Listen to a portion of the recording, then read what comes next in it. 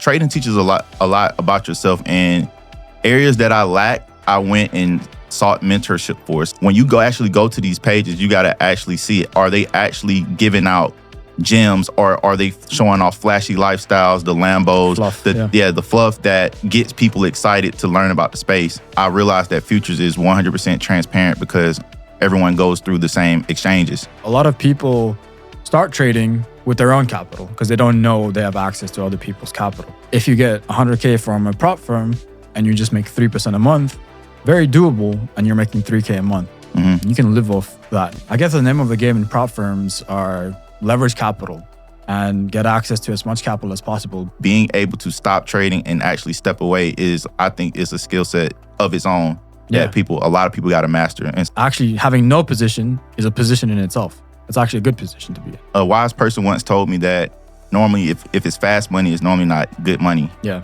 And there was this log of wood that was in there. The fire was burning. That's kind of like people around you. They're there. They're supporting you. But that log of wood was not lit. It was getting hot and hot and hot and hot, but it was not lit. Mm-hmm. And just exploded and just went. Poof. Okay, so welcome to The Edge, the show where we deep dive into strategies, mindset, and business moves of top traders, investors, and entrepreneurs. On today's episode, my name is Mehul Patel, and I'm the host for The Edge. We have here today one of my close friends from a few years ago. I met him while I was still in college. He was actually acting as one of my mentors through NSBE, National Society of Black Engineers. He's been through, I would say, the trenches, all the way working through a corporate, kind of getting into the trading space, entrepreneurial space. He's got a coffee brand. He's got a few other businesses going on. But this individual has a different perspective in the world of trading and the world of business, which I'd like you guys to hear. His name is Eric Dowdell. Eric, appreciate you having coming through and hopping on. Thank you, man. Glad to be here. Yes, sir. Let's kind of dive into your backstory. A lot of people don't know what you're about, who you are. You want to share something about yourself?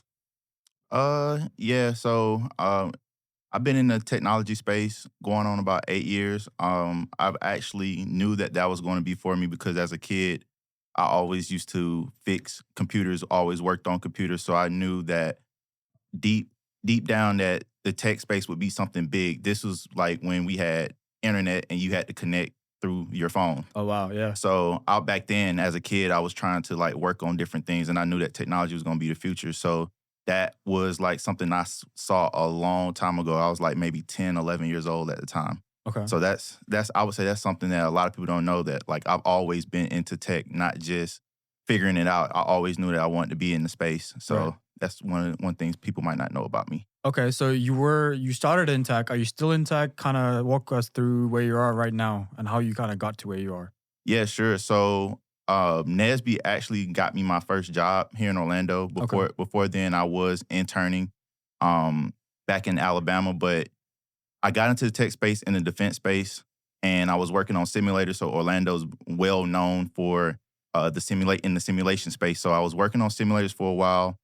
Then got into the entertainment space. I went to Universal, worked there for a while. We had got affected by COVID. Then I moved more so to the financial side, or FinTech, with Charles Schwab and TD Ameritrade for a couple of months on a project. And then now I'm currently in the retail grocery business with Publix. So I've had a chance to explore in the tech space, but in different categories, I would say, in the corporate world. And it's definitely been pretty interesting so far. That's pretty cool. So I take it that maybe the bug came for business and trading, mainly trading, when you had your stint when you were at Charles Schwab, TD Ameritrade. Was that where it started, or did it start before then? It started before then. So when I first moved to Orlando, I actually got introduced to trading by just meeting up with a bunch of friends that I just met, and they literally showed it to me, and I got interested. But I got a more in-depth of what that really is when I got to Charles Schwab, TD Ameritrade. So although I was working on the tech side, I had a chance to network, meet, and talk to individuals that was advisors and that was doing things on a much larger scale. So that made me realize that, hey, there's a lot more to learn than just, looking at the lines or just drawing, trend lines and boxes and stuff. It was much deeper. And so that when it really opened up a whole nother realm and made me realize that I still had a long way to go and still learning to this day. So it's a continuous improvement. yeah. That's good to hear. When you were, I guess, trying to figure out, so you started learning about trading at that point. When did you get actively into the trading space? When did you start like executing an order? When was your first time that you did that? I started executing orders that first year. I started playing around with a demo account when I first met those group of guys. They had helped me set up a demo account. But when I really got serious was during COVID. So during COVID, a lot of people went through a hard time. A lot of people lost their jobs, including me, until I started working with Charles Schwab and TD Ameritrade. So that's when I had the time to really just focus in, and for 4 or 5 months straight, I was able to really just, tackle the markets and really see how good I can actually be. So yeah. So you educated yourself first, and then you started tackling the markets, or was it more tackling the markets and then you learned as you kind of went?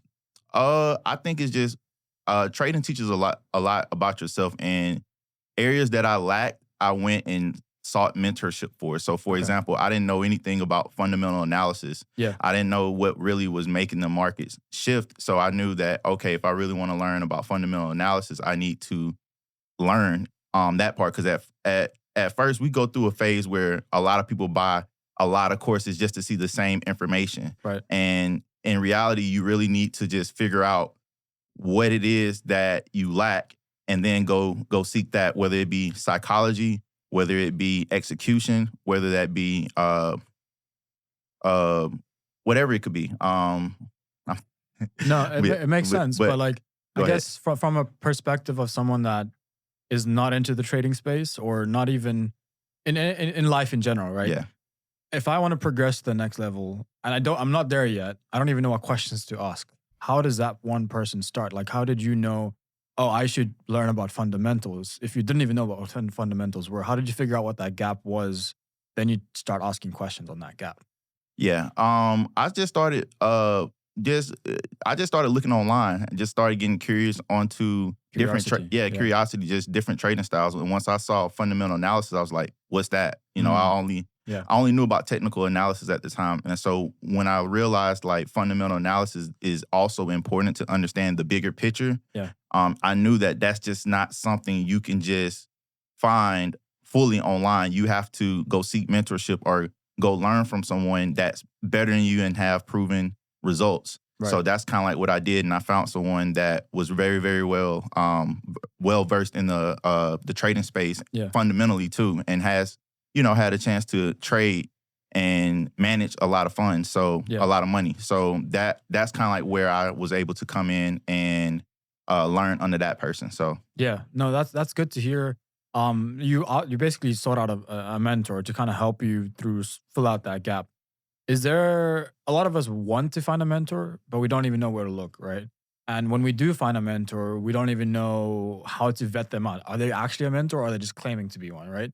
So is there anything in particular that you had to look for in this guy to be like, okay, I'm going to trust you to mentor me through this thing because you've shown this, this, and this, and this. Mm. What are those things you looked for? The number one thing is how they present themselves online. So the easiest way to find a mentor nowadays is obviously YouTube, Twitter, right, Instagram, the different social media platforms. But when you actually go to these pages, you got to actually see it. Are they actually giving out gems, or are they showing off flashy lifestyles, the Lambos, the fluff that gets people excited to learn about the space? Right. So I started looking for people who were actually showing valuable information about trading, and that's it. They didn't have not one single thing as far as like clothes, jewelry. It was all straight trading and how you can get better as a trader. Just from going to the page alone, you can get gems. So you can only imagine, hey, well, if I actually directly to that person, if I can tap in with that person, it's no telling what real gems I can also learn being fully embedded in that person's mentorship. So I would say that's what to look for. Just go on the page and ask yourself, are they actually giving me valuable information that I can take to the next level? Or are they just showing me things to get me excited and make an emotional decision to purchase a course for something that is something that I've already seen or something that I already learned? Yeah. You got to think of it from a business perspective, right? Put yourself, when you're looking for a mentor, put it as a business perspective. If you wanted to sell someone something and you create all this fluff to sell them something, that person is just in it for the making the money part, right? They're not really in there to make an impact on that person.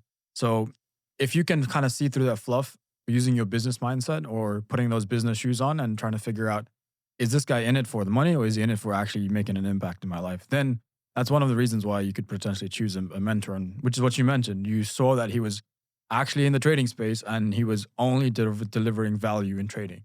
He wasn't fluffing about anything he was saying. So that's a pretty good takeaway from that. Yeah. Yeah. Let me go on to what you're doing right now. So you started trading on a simulation account, you mentioned. Where are you right now in trading, and what are you trading? Are you trading the futures market, the equities market, Forex market? What type of markets are you trading? Yeah, so I'm trading the futures market now. I started off trading Forex at first. Yeah. And obviously a lot of traders heard about what kind of happened in the Forex industry with a lot of prop firms shutting down. So we went to something that was more transparent. Okay. And that's like, again, that's another learning curve. I realized that futures is 100% transparent because everyone goes through the same exchanges. Right. So that's what I'm currently trading. I really only focus on two instruments. I only focus on S&P 500 and crude oil because they're like the most liquid in the market. So I try to just hone in on those two. Right. You mentioned a word called prop firm. You and I know what prop firm is. For everyone else out there that has no clue what a prop firm is, can you quickly explain what your take is on a prop firm? Yeah, so basically a prop firm is where you have the opportunity to, I look at it as an assessment. You pass an assessment and you have the opportunity to trade with OPM, other people's money. Okay. And so instead of you putting in 10, 20, 30, $40,000 in your own money, you have a chance to use 10, 20, 30,000 of other people's money and leverage that. Now, it's not necessarily that same exact amount because there's rules and restrictions behind how you can trade, but it gives you access to that capital, that purchasing power to be able to buy or sell in the market. So you're able to do that, and then you get a profit split afterwards. So it's, when you look at it, it's small barrier to entry, but it has a potential to be very, very large for you as far as results and the outcome if you do very well. But obviously, we know there's also a learning curve when it comes to psychology, risk management, things like that you also have to master. But it's a low barrier to entry, and you have a chance to really make some good money if you do well. Yeah, so I mean that's good to hear because it's kind of like risk management in trading, right? But you're doing risk management on a prop firm, and in the sense that you're not risking much to get access to capital where you can potentially get a big reward, right? And when you put that into perspective, a lot of people start trading with their own capital because they don't know they have access to other people's capital. And they would start trading with maybe, say, one of the last people that was on the podcast. He was trading with $3,800. Now, you can't really make a good living off $3,800 if you're trading that unless you're fully leveraged and you're trying to make, I don't know, 100K by the end of the year off that, which is very hard to do. It's possible, but very hard to do. However, if you get 100K from a prop firm and you just make 3% a month, very doable, and you're making 3K a month. You can live off that. You may not be living great, but you can live off that, right? So I guess the name of the game in prop firms are leverage capital and get access to as much capital as possible, but at the same time, understand it from a business perspective and kind of identify the risks and identify the reward and figure out if it's worth continuing down that path. Would you agree with that? Yeah, I agree. I do think that the goal is to leverage prop firms and eventually use those the money that you make to fund your own account. So now when you have $50,000 that you done put in your own account, you have your own rules at that point. You can trade how you want to. You can risk a little bit more if you want to and not have to worry about losing access to that capital because it's all yours. Yeah. So I think that's the name of the game. The name of the game is to get as much capital as you can from prop firms and then use the payouts that you get to fund your own capital. Right. So I guess looking forward for your personal journey, say it's next year, say it's the next 5 years, whenever you decide to fund that personal account of yours, what types of rules would you put in place for yourself? And so what type of account would you fund for yourself at first? And what type of rules would you put in place for yourself? I think for me, I would start off probably like maybe 10, 20, between 10 and 20,000. I think that's like a good ballpark. range to start and just build it from there. As far as rules, I would still keep my risk the same. So I would only risk 0.5% or a percent per trade. And I would try to give myself at least three to four trades before I hang up the towel. So like for today, for example, I walked in, I told you, hey, I tried to short the market 3 times. Yeah. I didn't succeed this time, but it went it still shorted at the end of the day, just wrong timing. But it's just, I think that's the number one thing we also have to master too. Being able to stop trading and actually step away I think is a skill set of its own that a lot of people got to master. And so that's one thing I think was my biggest hurdle, as well as like knowing when to stop. When you had a bad day, just being able to say, hey, it's okay, I can walk away and and I can go find something else to do. So I agree. And I always say that the market is never going to go away. The markets have been here for centuries, right? You come back tomorrow, you come back next year, you come back in 10 years. It's not going to go away. So whatever skill set you've learned now, still going to be applicable in a few years. You may have to adapt it or tweak it, but it's still going to be there. There's no need to be over leveraged or keep trading throughout the day because you need to trade or you feel the need to trade. And actually having no position is a position in itself. It's actually a good position to be in. Yeah. Having no trade. When it comes to your current, I guess, filter for noise out in the market, because there's lots of, I guess, marketing that's out there of like, hey, you should do this to make a quick buck or do something like that. Do you have any filters for that? And in terms of either trading or business, but we'll quickly pivot later on into your business side of things. But on the trading side, any filters that you put in place? Yeah, I mean, normally a wise person once told me that normally if it's fast money, it's normally not good money. Yeah. So a lot of times we get sold by fast money, even including myself. A lot of times I got sold by things that just seem so good to be true. And it's because we come from a place of need. Yeah. And when you come from a place of need where you really need the money, sometimes you're making emotional decisions versus a logical decision. Yeah. So I would really just ask yourself that first. Is this something that's sustainable, or is this something that's looking like it's too good to be true? Because a lot of times when it's too good to be true, that's kind of like what it is, you know? Yeah. I would say that's the first thing.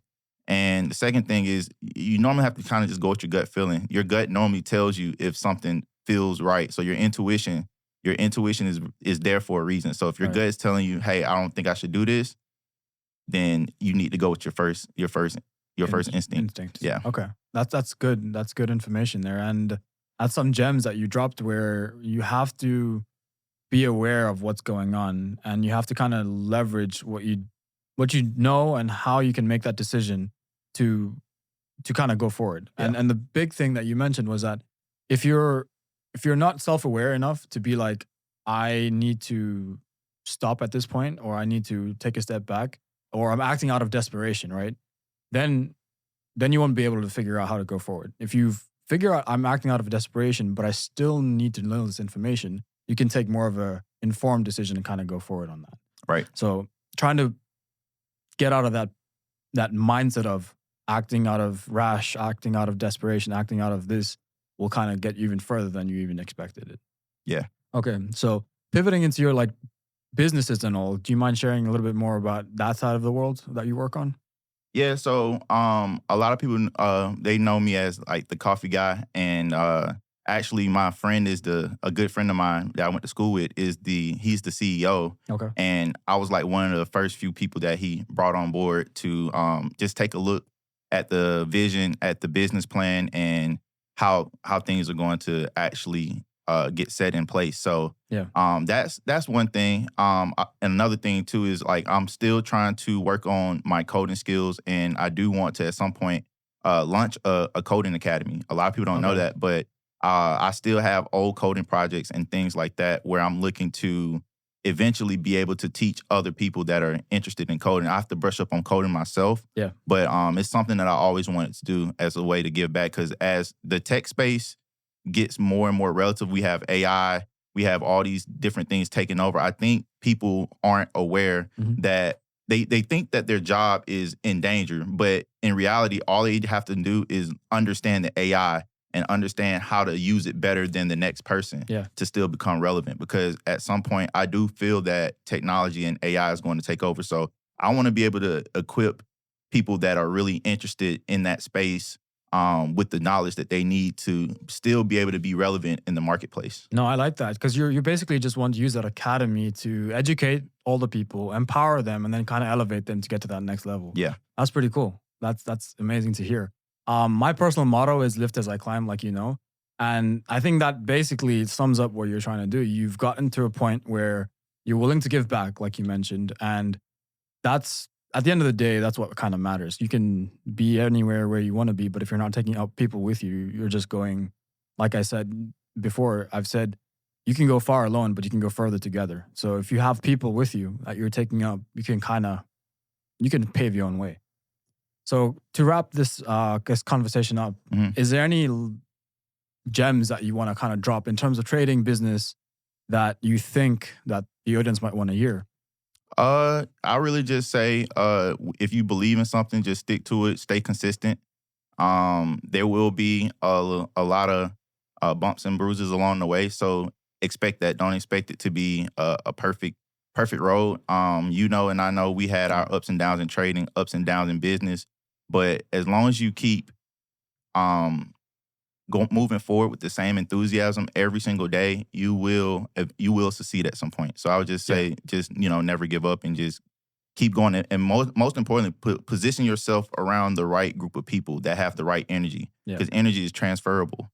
So you need to make sure you're around good energy that will be able to motivate you and get you closer and closer to your goals each day. Yeah. So This is something I want to share because I don't know if I've shared it with you before, but I was at this campsite one of these I guess last month or something, and where you mentioned you need to be around the right environment and you need to kind of have belief in yourself, and eventually something's gonna click and take off. I was looking at this campfire that I started up, right, and there was this log of wood that was in there. The fire was burning. That's kind of like people around you. They're there. They're supporting you, but that log of wood was not lit. It was getting hot and hot and hot and hot, but it was not lit. Eventually, it just tipped over, right? And just exploded and just went. And I think that's an analogy for life. Like if we put ourselves in the right environment and we put ourselves, if we just keep believing in ourselves and keep getting this education and start empowering ourselves to do better for ourselves, one of these days, something is about to just drop. We're about to take action and explode.